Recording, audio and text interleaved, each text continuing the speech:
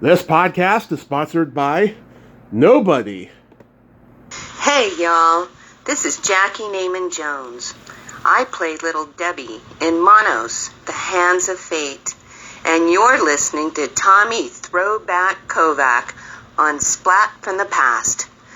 Tommy appreciates a good hand, of course. Hey dudes, welcome to Splat from the Past, the only 80s themed horror sci-fi show where things can get totally radical. Now I am so excited for today's guest because I have got Gregory Moffett coming on. He was the little boy Johnny in the 1953 cult classic, Creature Features cult classic, I should say, Robot Monster, celebrating its 70th anniversary. It's one of the best bad movies ever made. I love it. He'll be my first guest from it, and most likely only one. I think he's the only one left over from it. There may be somebody else, but we'll see. And he was, a contract player at Paramount when he was a kid. He was in Saddle Tramp, The Western with Joel McRae, Let's Dance with Fred Astaire and Betty Hutton.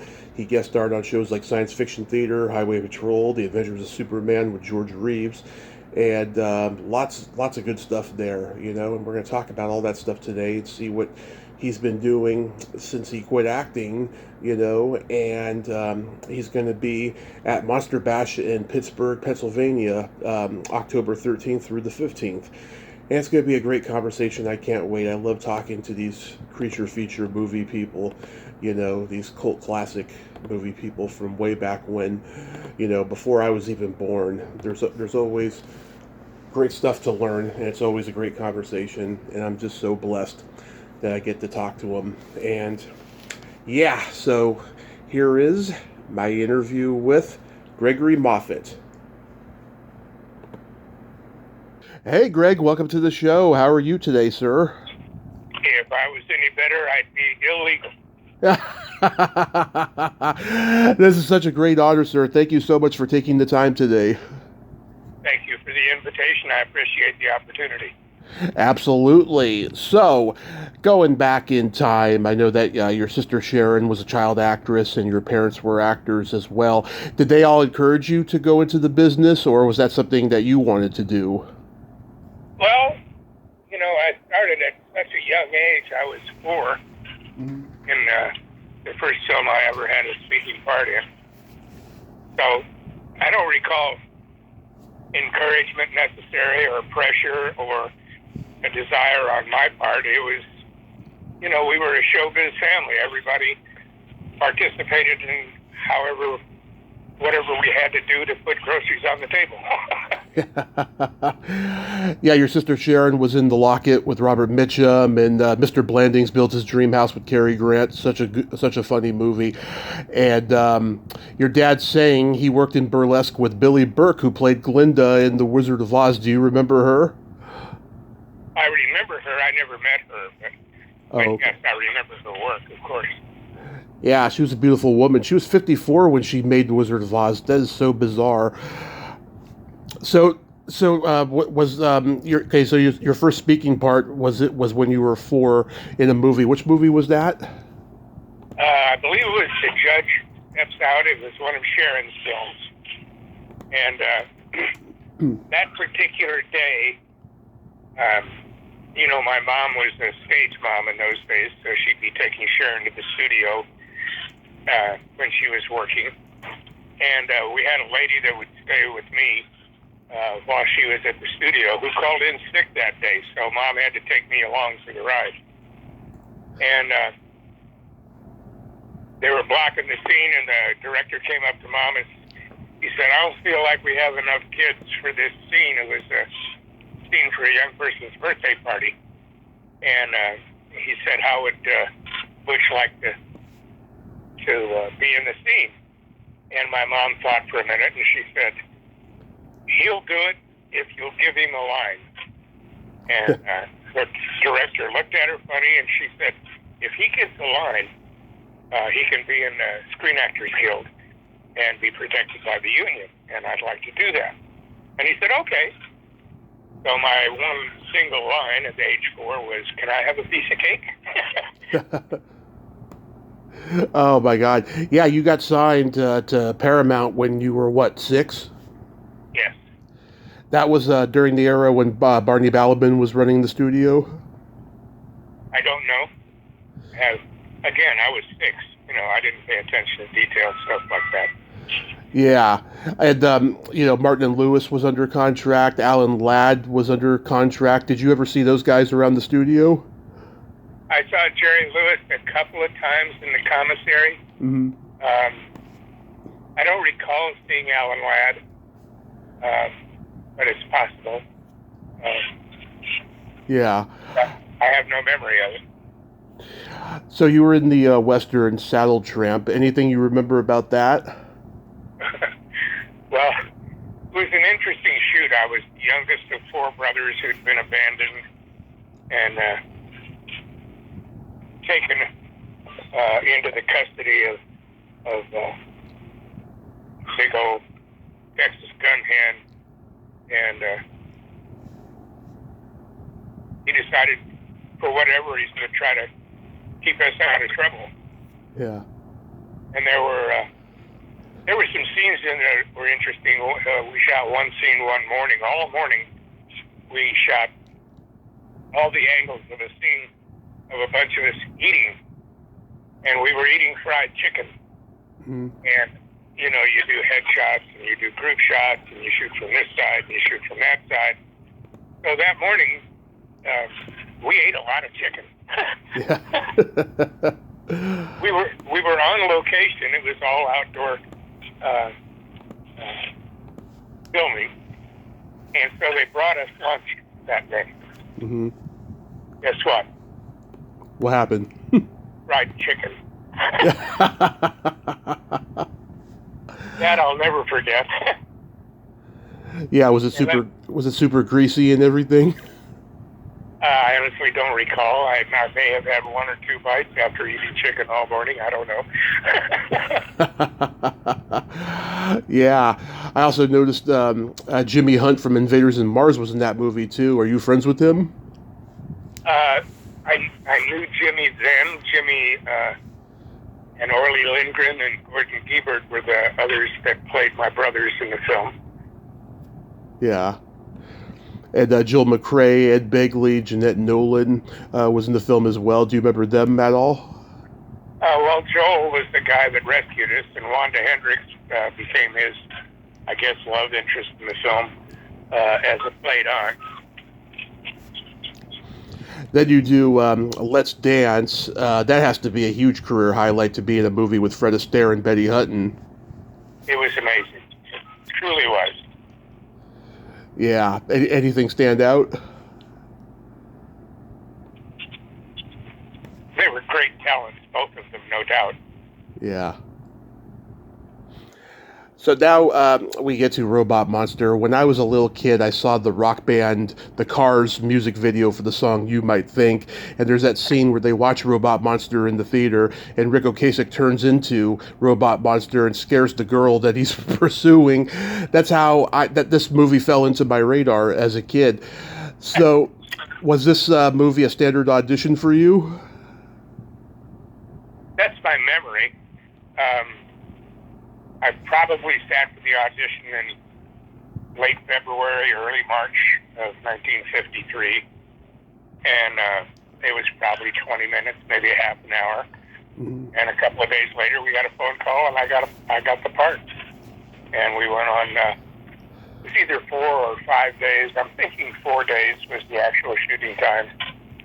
There might have been another day for dubbing later on, but if there was, it wasn't very long, maybe a few hours in the morning. Yeah, did Paramount let you out of your contract to do it, or was your contract done by that point? No, that was, let's see, the first contract I signed with Paramount was in 1949. Mm-hmm. No, I was through with, I was no longer under contract to Paramount by then. I was back to being an independent performer. Yeah. Did you think the movie would be fun and exciting to do because it was horror and sci-fi? It was a job. You know, you learn your lines, you hit your marks. Right. The director and pay attention, and I don't think I paid a lot of attention to this story. I knew it's interesting that in this day, so many people think that the film revolves around me, and I guess in a way it does, because the focus of the film is on a dream that I had. But if you look at the original lobby posters, for instance, now there's no mention of my name on any of them. Yeah. So I was, and I have no problem with George and Claudia getting the billing that they got, and I didn't then, and neither did my mom. So it wasn't really a problem. Of course, you were just a kid at the time. I watched the movie again recently, and I never really realized how the opening credits reminds me of a TV show from the 50s, like Gunsmoke or something, and that you see the individual faces of the actors and who they play. And then I'm watching the movie, and I'm like, this is like an episode of The Twilight Zone or The Outer Limits. It's very suspenseful. It's an hour long. I mean, much later, did you realize this is kind of like, television, but theatrical? Actually, no, because my mom and dad would never allow either Sharon or I to see anything that we had done on film, whether TV or motion picture. And so I probably never saw the film from start to finish until 2013, maybe 10 years ago. Wow. I was managing a bowling center here in Bakersfield, California in the mid-90s, and running a midnight event on a Friday night. And we had TV sets over each pair of lanes. And it was what they call rainbow bowling, where they put colored pins in the rack, and depending on where they might wind up, be worth various amounts of money for strikes or spares or split pickups or whatever. And I was the caller, so I had to be paying attention to the lanes. And we were, maybe 10 minutes into the squad, and a guy comes running up to me that I knew, and he said, "Is that you?" And I said, "What do you mean?" And he said, "Look up there." And I looked up, and I wasn't sure what I was looking at until all of a sudden it started rolling, and I said, "Oh my goodness." And I said, "Yeah, that's me." And I had never made any references to my career as a child actor, as an adult, anywhere where I worked. Yeah. I didn't really keep it secret, but I never really advertised it either. So everybody was really amazed. But even then, I never got to watch it because I was busy working. Yeah. Phil Tucker, he was a very young guy when he did this movie, and the movies he made after didn't quite achieve the cult status that this one did. What was he like as a director? I have very little memory of Phil. In actuality, my memories revolve more around the actors that I worked with than with the directors. That they and my mom, of course, who was my primary coach, and had been always, how to read lines, where inflections belonged, when something should be questioning or not questioning, thinking your way through the dialogue and being prepared for it, those kinds of things. Right. Those are all things that you learn early in the profession. Hopefully you learn early in the profession. Even though it was shot only 4 days, it must have been a grueling 4 days because, 4 days of shooting, that's all you have. It had to have been stressful. Little Shop of Horrors was shot in 2 days, 6 years later after this movie was made. It's astounding how these movies were pulled off to be shot in such a very low shooting date. Well, Phil didn't have a lot of money to work with, as I understand. He had 16 grand in the bank to work with, and even in 1953, that's not a heck of a lot of money to put a film up. Did George Burroughs go through hell in that costume? Well, we were all very fortunate in a way. We were in Bronson Canyon for a good part of the shoot, and then in a little portion of what's now the Dodger Stadium parking lot, where the broken down house was that the family was hiding in, was in that area, and the cave, of course, was up in Bronson Canyon. And Fort George had to wander through the hills. They were wise enough to use, he'd do a scene, and they'd take shots, and then begin to cut it up and use it over and over again, so he didn't have to be doing it all day long every day. But he was losing 10 pounds a day, guaranteed. It was March in Southern California, so fortunately it wasn't June or July. Right. But it wasn't exactly a frost. There were no frosted mornings. Yeah, I mean, he was able to make that character very endearing, like a Frankenstein in some strange way. You know, that's why I think the character has become so iconic. You know, not as iconic as Frankenstein and all the Universal monsters, of course, but he made it work somehow. Was John Brown on set, or was he added later in terms of voice? The fellow that I don't know. I would think he was added later. Is Pamela Paulson still alive? She passed, I want to say about 2 years ago now. Okay. That was the only film she ever made. Yeah. At least to my understanding, that's the only film she ever made. And we never spoke after that. Bob Firmanek, who did the rest. When you said you saw it recently, did you see the restoration? No, I just saw it. It was uploaded on YouTube. It may have been that version. Who knows? I mean, it looked okay to me, though. Was it in 3D? Was it in 3D? I don't know. I don't have 3D glasses. Then you didn't. Then you haven't seen the new one. You should. I will. I'm definitely going to get a Blu-ray. Yeah. When the movie came out, you said that you didn't see it all the way through until like 10 years ago. But when it came out, did you first see it with 3D? Oh yes. Hard to say, Bob Firmanek, whose company did the restoration, invited Claudia and I think Paula also, although Paula was living up near San Francisco at the time, and she didn't come, but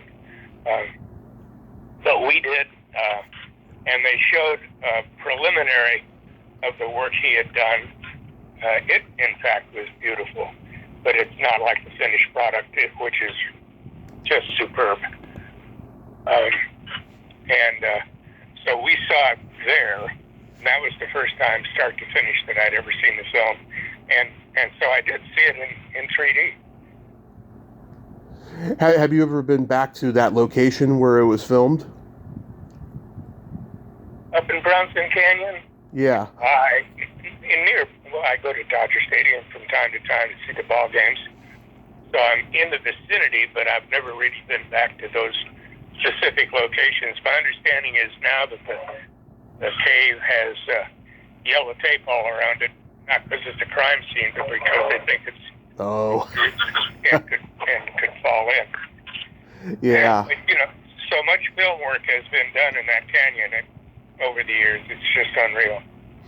Oh yeah, I think the Brain from Planet Arrows was filmed there, or a place pretty close to it. I talked to Joyce Meadows from it last year.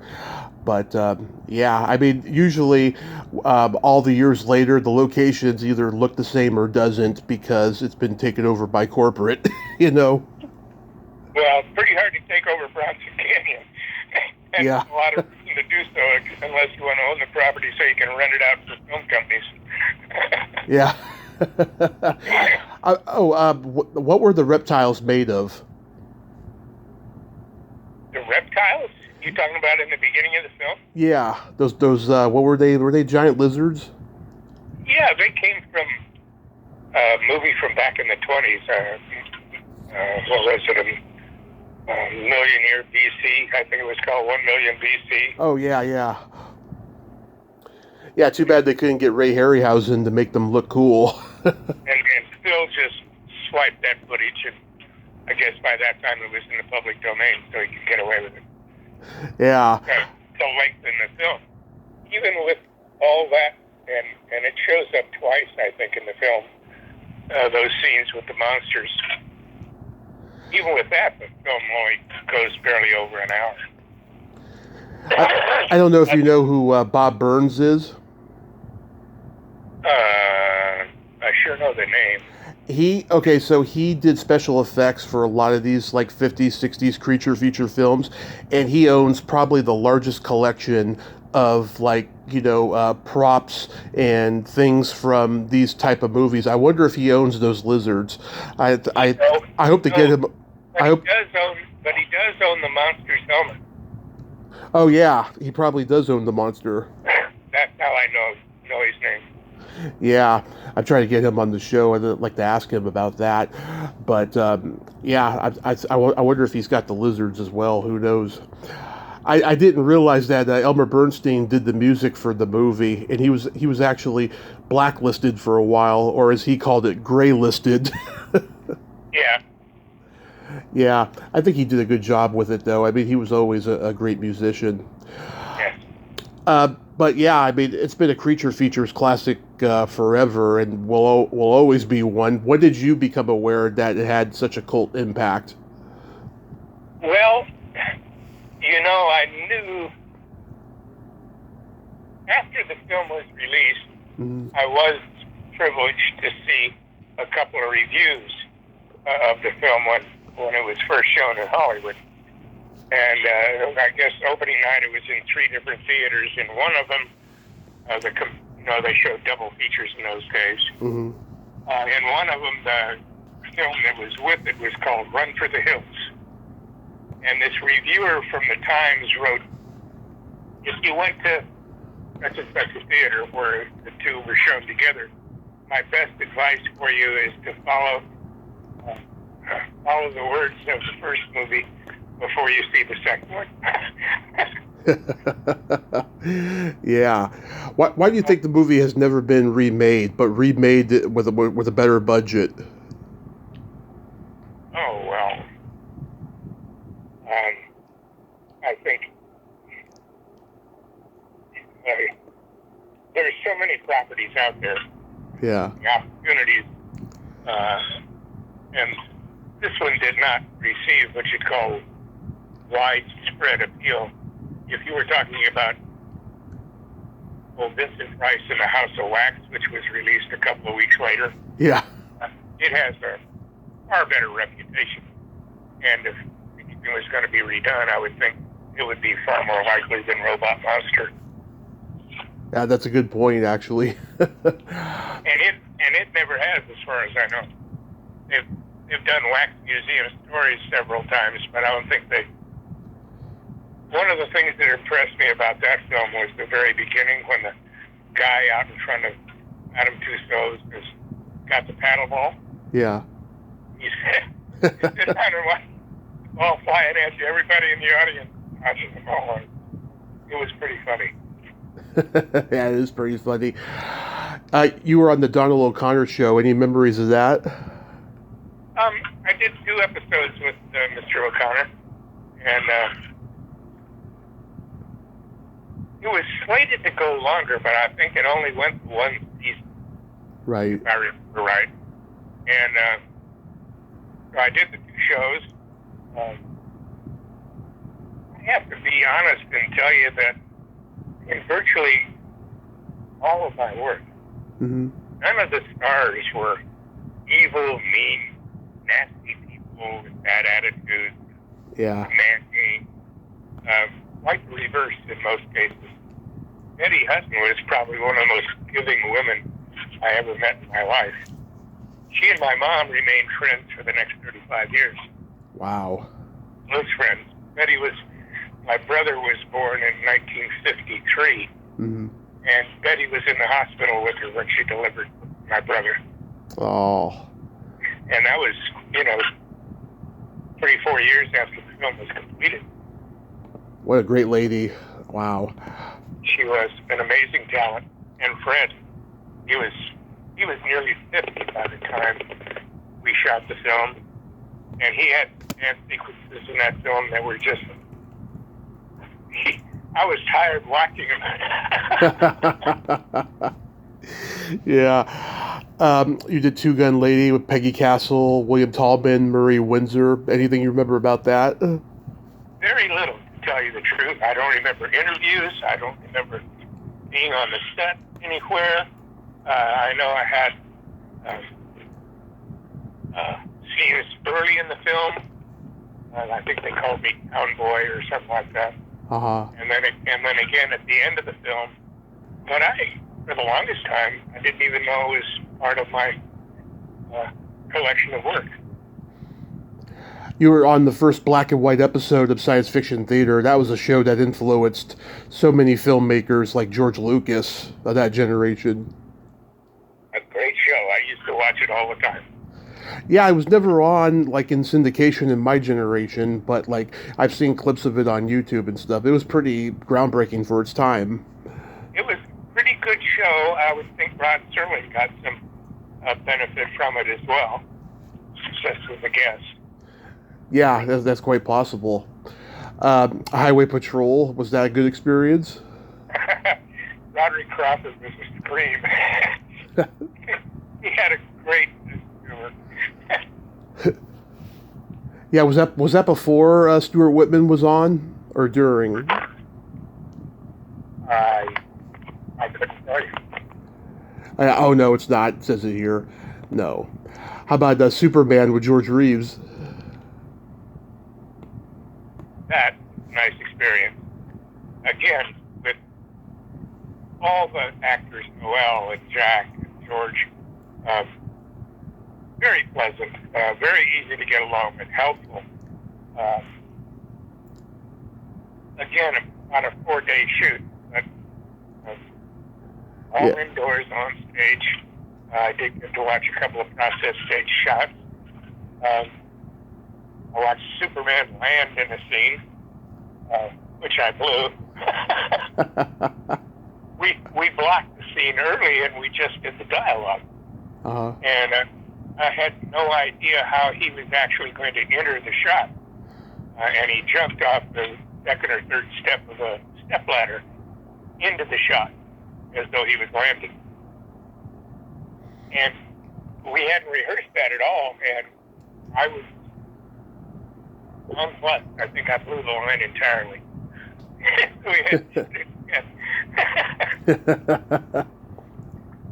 Yeah, that was a sad tragedy with George Reeves, to be typecasted like that and just go through a period of self-loathing like that. That's so sad. I wonder sometimes how he felt about that.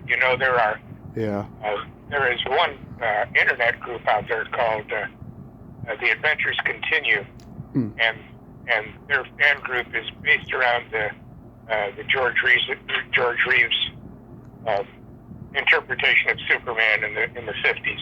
Mm-hmm. And there is some conversation from time to time, him grumbling about being typecast. And at the same time, there's a lot of personal comments that he made over the years about how he wanted the series to be remembered and who it was supposed to be for. There's a lot of conversation about how the scripts changed after the first 2 seasons, and it became a lot softer, and a lot of that had to do with George's impetus. He wanted more direction towards kids than the mystery component that would appeal strictly to adults. And my guess is, were you a fan of those films? Oh yeah, I mean, I grew up loving all the Superman movies. Yeah. In any case, that was a fun shoot. Yeah, is it true that you were almost a Mouseketeer? I got to the second round of auditions before they released me. Uh-huh.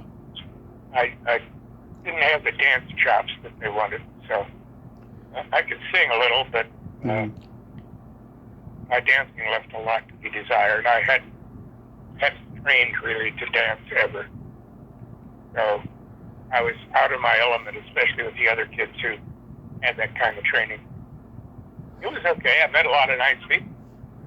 Oh yeah, I've talked to Sharon Baird and Sherry Alberoni. Great ladies. Oh yeah. Yeah, just to think you could have been Gregory. Yeah, once it came on the air, I thought about that a couple of times.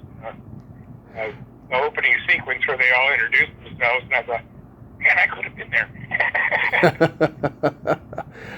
there. Did you know Annette Funicello? I met her, of course. Yeah. No kind of relationship developed as a result, but yeah, we were auditioning pretty much together. Groups of us were in any case. Oh yeah, I've heard across the board the sweetest lady there ever was. My memory is mostly that. Yep. So at 13, you leave acting and later become a pro bowler, right? Very briefly. I bowled in 4 PA tournaments all on the West Coast in the very early 60s. Mm-hmm. It was the first time they had brought those tournaments to the West Coast. And you had to pay your own expenses, entry fees, and all of that. Yeah. Going back east was, I was 18 or 19 by that time. And I didn't have the finances to do that, but I could scrape up enough money to drive to San Francisco or Vegas. Yeah. And I lived near enough LA so that I could bowl in the LA tournament. And I also bowled in Phoenix once. And I cashed twice at the 4 tournaments, but I realized pretty quickly that there was not enough out there for me to go make a living. So I gave it up. And I liked the bowling business anyway. I had begun to work in bowling centers and organize leagues and work the desk, and ultimately became general manager of several different bowling centers throughout my life. Yeah, was bowling a family, activity that you all did? No, actually, I had a job in a dinner house when I was in my early teens. Mm-hmm. And the owner said one night, a brand new bowling alley opened up, bowling center, I should say, opened up last week. I want to take us all bowling. It was Saturday night. We closed up the restaurant, went to Lindbrook Bowl in Anaheim, California. Yeah. And her son, Andy, and I were very close friends. Actually, it was through him that I got the job to begin with. And we had a good time that night, and we went back a couple of times and then signed up for a junior league. And they had a great coach there, a fellow named Jack Henry, who coached the kids in the junior leagues. He was a member of the Greater LA All-Star League, a great player in his own right, and not a bad teacher. Mm-hmm. And I was hooked. But then you went into the casino business? I left California, went to Las Vegas. I was probably one of the few Irish kids that worked in a casino in the early 60s. And I was there, except for my time in the Army, I was there for 12 years. Yeah. Was it fun? It's kind of a lost decade in a lot of ways. For the most part, I was single, although I married twice, briefly. And either one obviously lasted for very long. Yeah. A very different environment than anything I'd ever grown up with when I moved to Vegas, in terms of especially how men and women related to each other at the time. This was early 60s, and the women's movement was in hot, right, growing like crazy, and so relationships were very different, especially in Vegas, where women could make literally all the money they wanted to depending on what they were willing to do, and had no need of a man. Mm-hmm. So it wasn't a question of a lot of available women there looking for somebody to support them. Right. Which was, it changes your approach, I suppose, in a lot of ways. Right. And I was young and dumb, and you make mistakes. Of course. That's what makes us human. But I dealt 21 in roulette and worked in several different casinos, both downtown and on the Strip. I worked in Fremont, and the Horseshoe downtown. I worked at Stardust, Flamingo, and in those days, what's the International Hotel, the Hacienda. Mm-hmm. Fast forward to the present. You were recently in Robot Dracula, directed by James Balsamo. No. Okay, that's what it said on your IMDb. I guess it's just wrong then. Robot Dracula? What is that? Yeah, it's a new horror movie being directed by James Balsamo, who I know actually. Well, ask him where my check is. Yeah. I just sometimes I'll go on IMDb and they'll say someone who hasn't acted in years has a new credit. I don't know why they do that. That's misinformation. Somebody writes in and says that's something, and they'll put it up there. Right. But they didn't have a lot of my work listed in IMDb, especially the television work. Oh, are there other things that you did that's not mentioned? No. When the first time I ever visited the site to see what they had, I said, they didn't. I don't think they mentioned any of the TV work. Oh, okay. So, and I made comments. I said, you might add these to my list of credits, and most of what you read that related to television was information that I gave them. Right. Yeah, IMDb, you would think 20 years later they would progress and get better at their business. Hopefully it will in the future now that more people are speaking up about it. But you'll be at Monster Bash in Pittsburgh, PA, October 13th through the 15th? Correct. Yes. And how long have you been doing the autograph shows for? I did my first one in 2008, so 15 years. Mm-hmm. I was in Memphis. I did an online interview for a fella who had an online magazine.